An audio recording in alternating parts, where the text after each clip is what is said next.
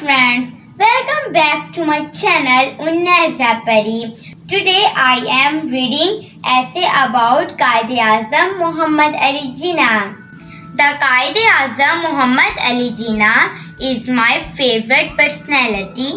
He is the founder of Pakistan.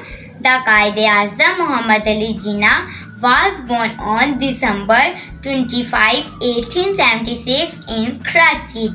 His father's name was Punja Jinnah. He got his primary education from a school in Karachi. He passed his matriculation from Saint Madrasa High School in Karachi.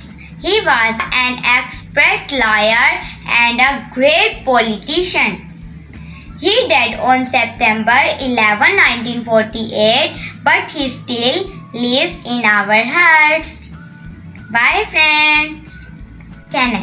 Please subscribe my channel.